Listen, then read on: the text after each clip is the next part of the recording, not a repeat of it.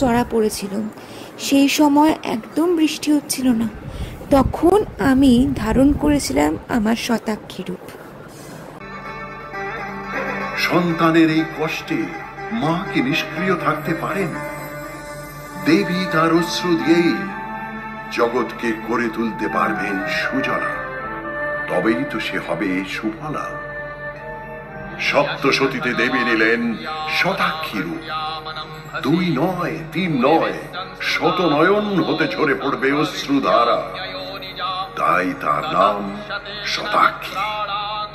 দেবী শতাক্ষীর মন্দির এবং শক্তিপীঠ ছড়িয়ে আছে সারা ভারতবর্ষে। সাকুরায় পীঠ এবং সাম্ভার পীঠ রাজস্থানে অবস্থিত এবং সাহারান পীঠ উত্তরপ্রদেশে।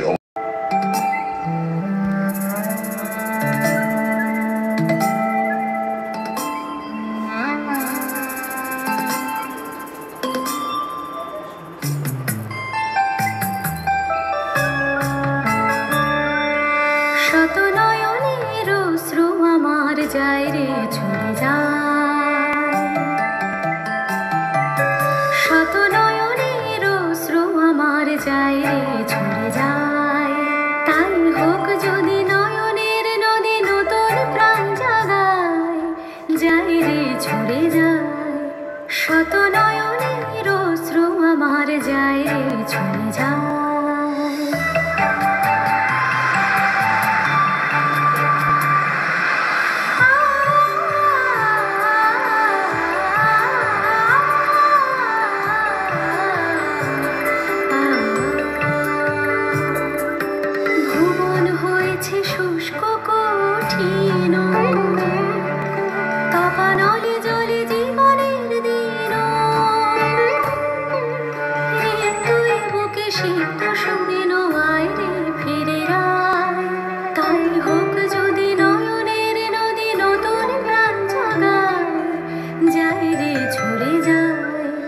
শত নয়নের অশ্রু আমার যায় রে ঝরে যায়।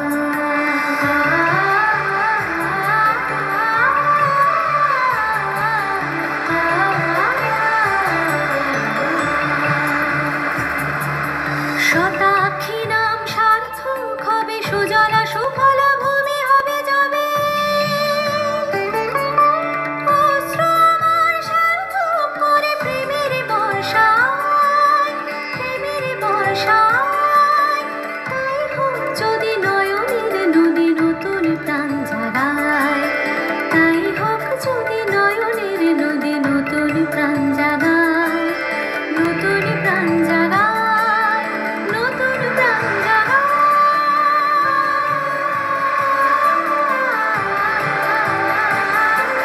মাতে, তোমার এই রূপ শুনে আমি আপ্লুত হয়ে গেছি।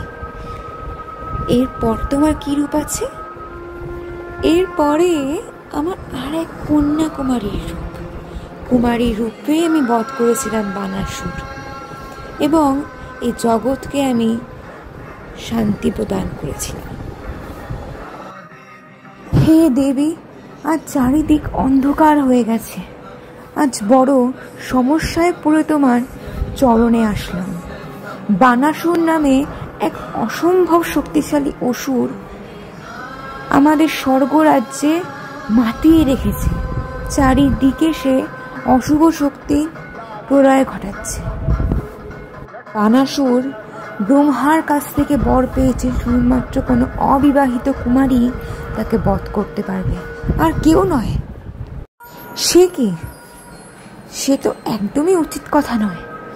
আমি এই অন্যায় সহ্য করব না। শুভ শক্তির জয় হবেই। আমি দেবী কন্যাকুমারী রূপেই বানাসুরকে বধ করব, এই আমি প্রতিজ্ঞা করলাম।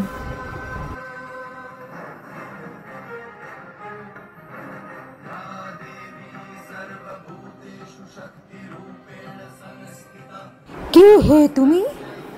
এক কুমারী কিনা আমাকে হারাবে? অসম্ভব। এটাই সম্ভব বানাসুর। তোর অন্তিম খুব শীঘ্রই হবে। আমি দেবী কন্যাকুমারী। আমি আজ তোকে এইখানেই বধ করব।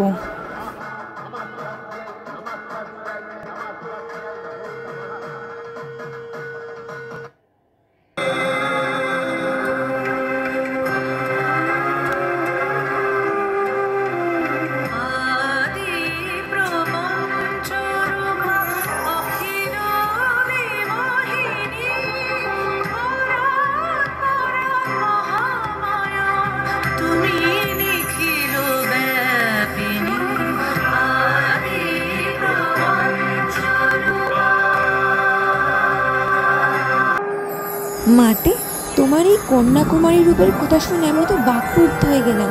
তুমি মাত্র কুমারী বয়সেই এক অসুরকে যুদ্ধে পরাজিত করেছ। এর থেকে বড় কাজ কি আর কিছু হতে পারে? সে তো একদমই ঠিক কথা। ওই বয়সেই আমি বানাসুরকে বধ করেছিলাম, কিন্তু আমি দেবী বলেই যে কোনো ভুল করতে পারি না তা তো নয়।